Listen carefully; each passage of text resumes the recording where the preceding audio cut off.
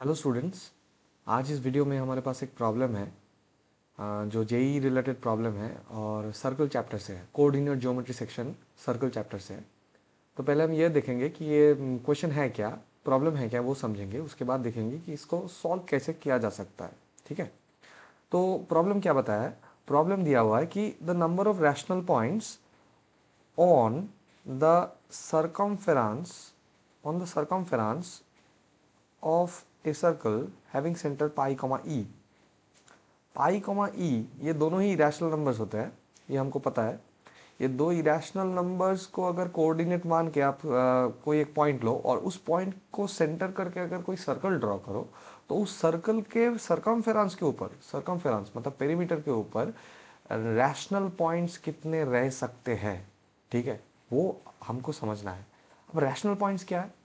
कोई भी पॉइंट को रैशनल पॉइंट माना जाएगा अगर उस पॉइंट में दोनों के दोनों ही कोऑर्डिनेट, मतलब abscissa and ordinate, x coordinate और वाई कोऑर्डिनेट दोनों ही रैशनल नंबर्स हो, तो उसको रैशनल पॉइंट्स माना जाएगा। अगर A and B both are rational numbers, तो उस पॉइंट को रैशनल माना जाएगा।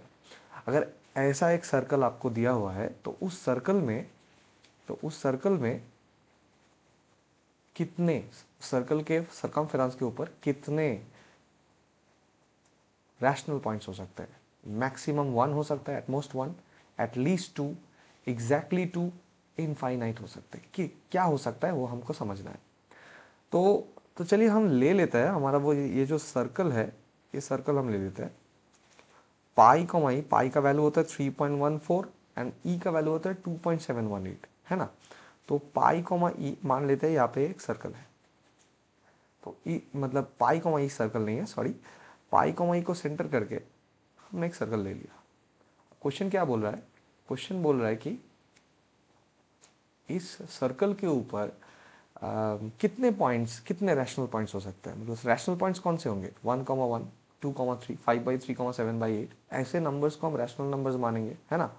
तो चलिए हम क्या करते हैं कि यहाँ पे दो रैशनल पॉइंट्स हम एज्यूम कर लेते हैं।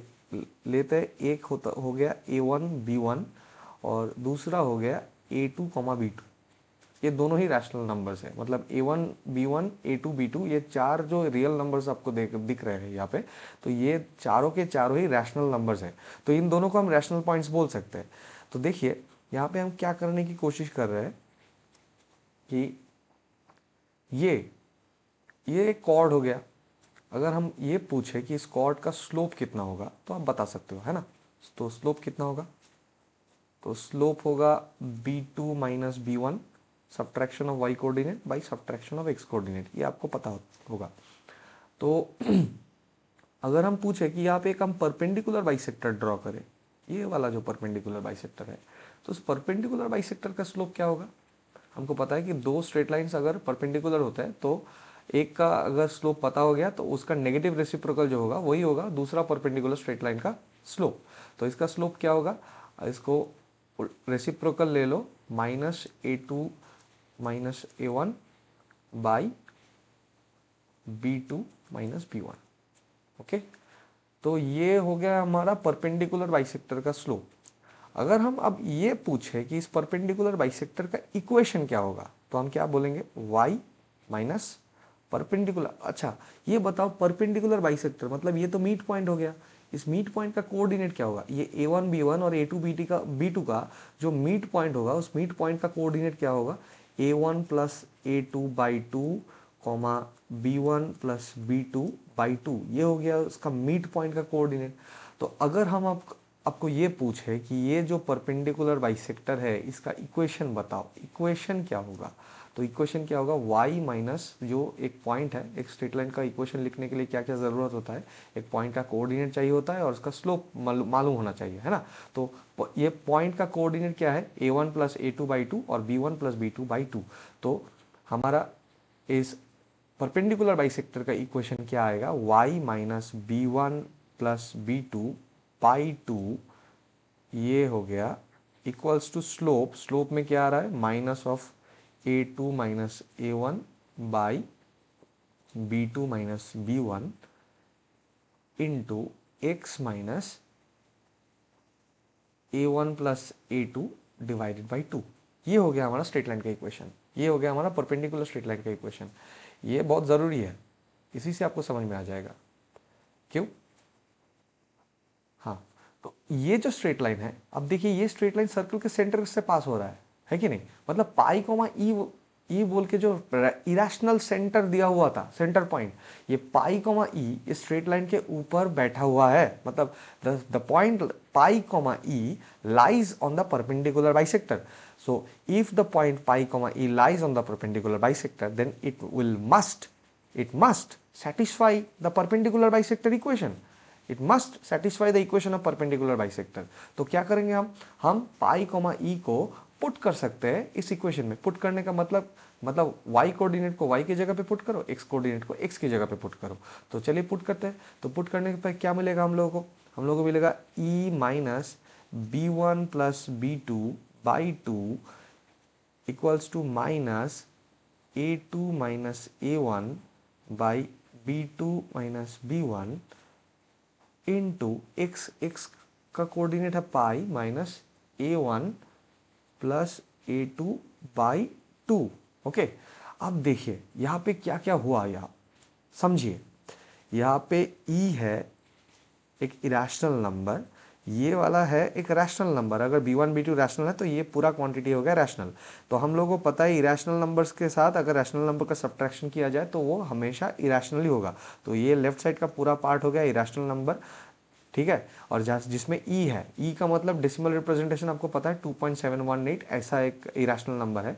यहाँ पे राइट साइड में पाई है जो इरेशनल नंबर है, और यहाँ पे क्या है a1 plus a2 by 2, a1 a2 rational थे तो ये हो गया रैशनल। तो फिर से इरेशनल माइनस रैशनल करेंगे तो पूरा का पूरा ये मिलेगा इरेशनल, और इसमें पाई इन्वॉल्व है।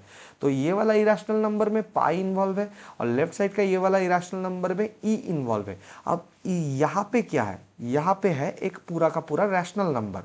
तो हम लोग क्या देख रहे हैं, यहाँ पे आ क्या रहा है, ई इज इक्वल्स टू, मतलब एक नंबर जिसमें ई इन्वॉल्व है वो, और एक नंबर इधर जिसमें पाई इन्वॉल्व है, ठीक है। ये e और पाई इनके सामने है एक रैशनल मल्टीपल, तो ये किसी भी हालत में पॉसिबल ही नहीं है ना। e और पाई को आप किसी भी हाल में कोई भी रैशनल नंबर से e को मल्टीप्लाई करके आप पाई नहीं बना सकते, क्योंकि हमारे पास e का वैल्यू क्या मालूम है हम लोगों को, 2.718 है ना, अप्रोक्सीमेट वैल्यू। एग्जैक्ट वैल्यू तो इरेशनल नंबर्स के कोई बता ही नहीं सकता। तो और पाई का वैल्यू क्या होता है 3.14 अप्रोक्सीमेट। तो ये दोनों नंबर्स को आप किसी भी नंबर से मल्टीप्लाई कर दो, लेकिन ई को आप किसी भी नंबर से मल्टीप्लाई कर दो तो वो पाई नहीं बन सकता। पाई को आप किसी भी नंबर से मल्टीप्लाई कर दो वो ई नहीं बन सकता, किसी भी रैशनल नंबर से मल्टीप्लाई करने पे नहीं आ सकता।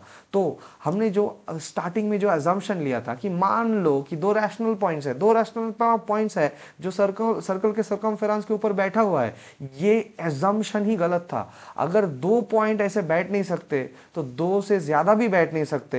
एग्जैक्टली 2 का ऑप्शन भी गलत हो गया, एटलीस्ट 2 का ऑप्शन भी गलत हो गया, क्योंकि 3 नहीं बैठ सकते। 2 नहीं बैठ पाए तो 3 कैसे बैठ जाएंगे, ठीक है ना। तो इनफाइनाइट का तो सवाल ही नहीं उठता। तो यहाँ पे करेक्ट होने के लिए बस एक ही ऑप्शन है, एटमोस्ट 1। शायद कोई एक पॉइंट हो सकता है जो इस सर्कल के ऊपर बैठ सकता है, जो रैशनल पॉइंट हो, लेकिन वो पॉइंट कौन सा होगा ये बताना भी मुश्किल है, ठीक है। तो ये बताना मुश्किल है, मतलब मैं बता नहीं सकता। कोई एक पॉइंट एग्जिस्ट कर सकता है, ज्यादा से ज्यादा एक ही पॉइंट हो सकता है, उससे ज्यादा नहीं हो सकता, क्योंकि हमने 2 पॉइंट को लेकर टेस्ट कर लिया जो फेल कर गया। तो 2 से ज्यादा नहीं हो सकता, और इनफाइनाइट होने का तो सवाल ही नहीं उठता। तो हमने क्या समझा कि पाई कोमा ई सेंटर को, पाई कोमा ई पॉइंट को सेंटर मान के अगर हमारे पास कोई सर्कल दिया हुआ है तो सर्कल के सर्कमफेरेंस के ऊपर किसी भी हालत में हम लोगों को एक से ज्यादा पॉइंट, रैशनल पॉइंट्स नहीं मिलेगा। ज्यादा से ज्यादा एक पॉइंट हो सकता है, और वो भी नहीं हो सकता है, ठीक है ना। तो ये हो गया हमारा करेक्ट आंसर, इस प्रॉब्लम का करेक्ट सॉल्यूशन। तो आज के लिए ये वीडियो यही तक, मिलते हैं आप लोगों के साथ फिर और एक वीडियो में।